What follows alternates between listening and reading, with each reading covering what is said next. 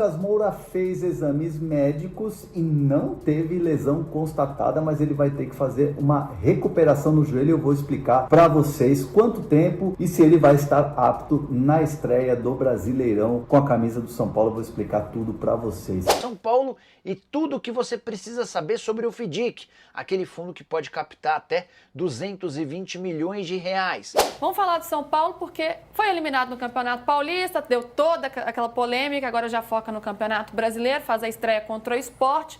Mas, PVC, os bastidores estão pegando por lá? O Júlio Casares está sendo pressionado pelos conselheiros? O que está acontecendo no São Paulo? É o mesmo caso que eu falei agora há pouco do Neymar e do Hulk. O resultado atrapalha muito. Mas tem muita gente discutindo o crescimento da dívida, que já bateu em 900 milhões de reais, aparentemente, e está batendo perto de... Está se aproximando de 1 bilhão, não é uma dívida como a do Corinthians, por exemplo, mas é uma dívida que o São Paulo nunca teve na vida. E a questão dos resultados esportivos, porque o Júlio Casares foi eleito em 2020, ganhou o Paulista de 2021, a Copa do Brasil de 2023, que é um título extraordinário, mas à medida em que os campeonatos... E a Supercopa não é tão extraordinária quanto a Copa do Brasil. A Copa do Brasil era um título inédito, a Supercopa também era inédito, mas a Copa do Brasil é um título que São Paulo de fato queria. A Supercopa é uma abertura de temporada. Ninguém vai jogar a Supercopa para perder, mas é abertura de temporada. Então tem pressão. Tem muita gente perguntando, até cobrando a gente. Eu recebendo mensagens. Por que o Júlio Casares não é cobrado? Mas a gente cobra, a gente está no Júlio Casares, a gente fala que a dívida aumentou, a gente fala que não teve título, a gente fala que tem questão... Salário atrasado. Salário atrasado, que agora tá sendo quitado o direito de imagem, do direito das luvas. A gente está falando sobre isso, a gente só não é mal educado. Ninguém precisa ser mal educado. Não espere da gente aqui abrir uma câmera e ficar gritando, berrando, que não é o nosso estilo. É um absurdo! Não. Clube do ódio você não vai ver aqui. Jamais. É isso aí. Então, esse é o ponto. Mas tem cobrança e isso sempre vai chegar no Conselho. Vai chegar no Conselho e vai se refletir no Conselho Deliberativo. Hoje tem uma cobrança para ele perguntando sobre a questão do empresário grego em relação à negociação das divisões de base. Ele tem respondido que tem tido conversas e que a soberania é do São Paulo, mas tem uma série de contestações que aumentam sempre à medida que os resultados não vêm. A questão é que o São Paulo precisa, de fato, equacionar a situação econômica. O São Paulo não pode ter uma dívida que bata não bateu, mas não pode ter uma dívida que bata em 1 bilhão de reais. O São Paulo tem que resolver essa questão. O São Paulo nunca foi um clube de uma dívida estratosférica. E dentro do São Paulo, assim, de continuidade da gestão Júlio Casares. E o Júlio Casares tem a maioria dos grupos políticos a favor dele, né?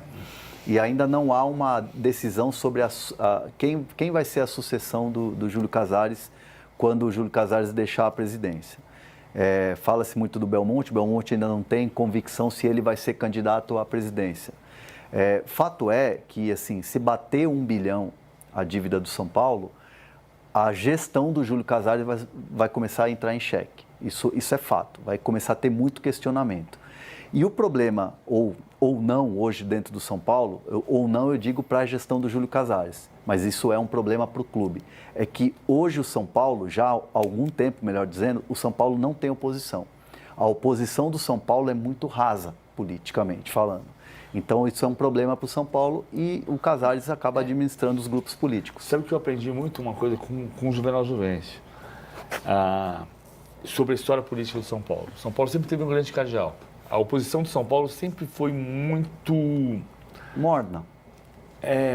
Eu tentando achar um outro termo. Muito fleumática, muito calma. Porque o São Paulo sempre teve grandes cardeais. Desde Manuel Raimundo Paz de Barros, e depois Cícero Pompeu de Toledo, e depois Lauro Natel. Que o Lauro Natel é o pai político do Juvenal. O Lauro Natel foi o cara que Marcelo levou... Portugal Gouveia. Mas assim, até no início dos anos 80, o São Paulo teve uma máquina com o Antônio Leme Nunes Galvão como presidente, e logo depois José Douglas da Lora, que não fez um grande mandato do ponto de vista do futebol, e aí o Carlos Miguel Aidar assumiu a presidência e foi o aglutinador no primeiro mandato. Conseguiu reagrupar todo mundo. E no primeiro mandato e no segundo mandato, o Antônio Leme Nunes Galvão, que tinha sido presidente da máquina, 80-81, achava que ia ser indicado pelo Aidar para a sucessão. E o Aidar indicou o Juvenal. E o Juvenal ganhou a eleição do Antônio Leme Nunes Galvão por um voto. Um voto. Em 88. 87. Para gerenciar 88, 89 e início de 90. E aí o Galvão foi para a segunda eleição para ganhar do Juvenal. E encabeçou a chapa e ganhou a eleição do Juvenal. E tirou o Juvenal da presidência. E aí disse, eu não quero ser o presidente vai ser o Mesquita Pimenta. E indicou o Mesquita Pimenta, que foi o presidente campeão do mundo. Mas a partir dali, o Antônio Leme Nunes Galvão foi a eminência parda, que era o Laudo Natel antes, por 12 anos, até que ele morreu em 2001. Ele fez todos os presidentes. Quando o Galvão morreu em 2001, o Juvenal pegou aquilo e virou a grande eminência parda e fez o Marcelo Portugal Gouveia e depois a ele próprio presidente. O Casares era o cara que ia reaglutinar todo mundo. Só que ele pegou o São Paulo num momento político e econômico muito diferente. São Paulo, ele já pegou o São Paulo com problemas políticos que vinham de antes e já pegou o São Paulo com problemas econômicos que vinham de antes. A aglutinação política ele conseguiu fazer, a solução econômica não.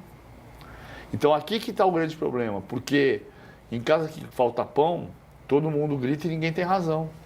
E aí os resultados em campo, né, a questão econômica vira um bolo. E também há uma discussão também sobre a participação dos sócios na votação para a presidência, né, sobre o quão democrático é o São Paulo para eleger um presidente. Também há uma discussão em torno disso. Bom, o Lucas Moura, né, teve que passar por um exame médico no joelho, né, fazer ali um exame de imagem. Depois do jogo contra o Palmeiras, né, ele recebeu uma pancada, né, teve um trauma no joelho, não teve lesão constatada, essa é a boa notícia para o torcedor do São Paulo e para o Lucas Moura. Até o dirigente do São Paulo, o Carlos Belmonte, fez uma postagem, né, totalmente assim exclusiva para o Lucas Moura, desejando boa recuperação. Isso gerou um burburinho, né, que poderia ser uma coisa maior, um tempo maior de recuperação, mas não. Foi um trauma no joelho que não precisa fazer nenhum tipo de tratamento maior, não é nada de ligamento, não é nenhuma lesão, claro que fica ali uma inflamação ali no joelho pela pancada, né, pelo trauma, mas é algo que você vai recuperando com a fisioterapia. Então ele é um jogador que vai ter que nesse primeiro momento tratar ali no refis e depois, obviamente, é liberado para treinar normalmente, mas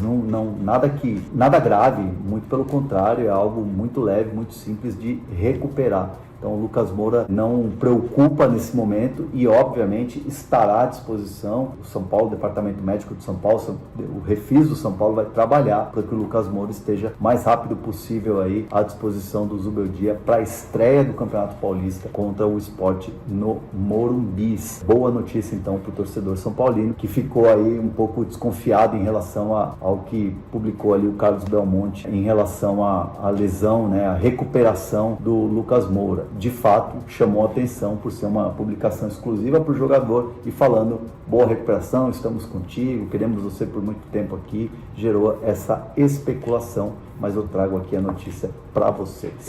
Hora de falar sobre o São Paulo, preciso explicar tudo para você sobre o FIDIC, aquele fundo de investimentos que pretende captar 220 milhões de reais para que o tricolor alongue as suas dívidas. Ele paga as dívidas mais emergenciais e passa a ter menos juros bancários, menos problemas com bancos. Até esse momento, o São Paulo já arrecadou 135 milhões de reais dos 220 milhões previstos. De acordo com o tricolor, esse número é excelente. Não havia possibilidade de captar toda a grana num primeiro momento. A explicação do São Paulo é a seguinte: todos os recursos necessários para as antecipações programadas nos primeiros meses do fundo foram captadas com sucesso. Ao longo dos próximos meses, outros investidores vão poder entrar no FIDIC do tricolor. Dos 135 milhões de reais, 31 milhões foram destinados a pagamentos de dívidas bancárias. O Tricolor tinha, antes do FIDIC, 281 milhões de dívidas com bancos. A atualização de hoje aponta 239 milhões de dívidas com bancos, uma redução importante. Nicola, e onde é que foi parar o restante do dinheiro? Você falou que arrecadou 135 milhões e gastou 31 milhões com bancos. O restante foi utilizado para pagamento da folha salarial, direitos de imagem, tributos e acordos, além de outras despesas operacionais. Dá para dizer que o FIDIC tem funcionado bem e permitiu ao São Paulo, por exemplo, a quitação de direitos de imagem atrasados, folha salarial, entre outras coisas mais. Mas o São Paulo, nesse momento, concentra esforços em assinar de vez o contrato com Evangelos Marinax, um magnata grego que está disposto a virar sócio de Cotia para que o tricolor passe a ter, de fato, uma condição melhor. Obrigado por acompanhar mais um giro de notícias do São Paulo Futebol Clube. Não se esqueça de deixar o like, se inscrever no canal e ativar o sininho para receber todas as notificações. Isso ajuda muito o nosso trabalho e garante que você fique sempre atualizado sobre o nosso tricolor. Comente o que você achou, compartilhe com outros torcedores e até o próximo vídeo. Forte abraço!